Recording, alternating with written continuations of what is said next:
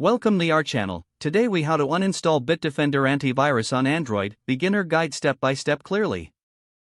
To uninstall Bitdefender Antivirus from your Android device, start by locating the Settings app on your phone. Tap on the Settings app to open it.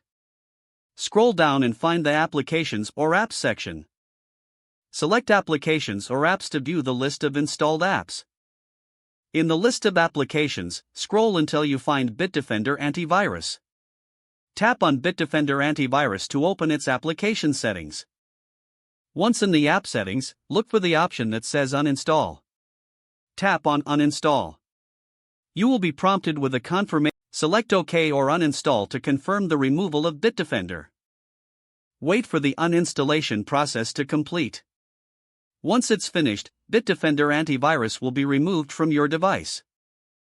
To ensure that all components are deleted, it may be helpful to restart your Android device.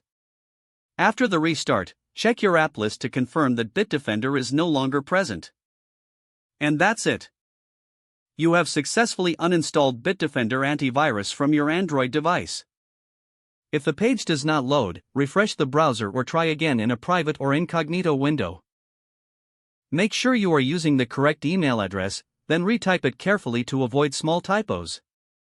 If your password is not accepted, use the reset option and create a new strong password you can remember. Check your spam folder for verification or security emails, then complete any requested confirmation steps. Enable two-factor authentication if available to improve account security and reduce unauthorized access risk.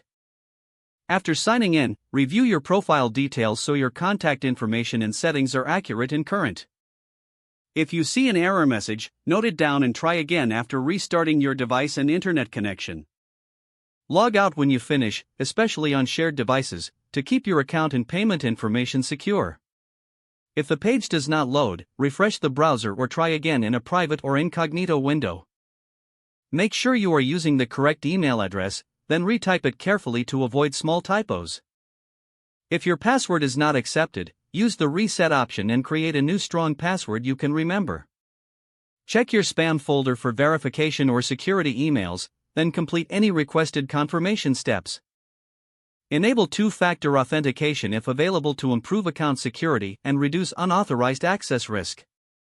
After signing in, review your profile details so your contact information and settings are accurate and current. Don't forget to like this video and subscribe to our channel for more step-by-step tech guides.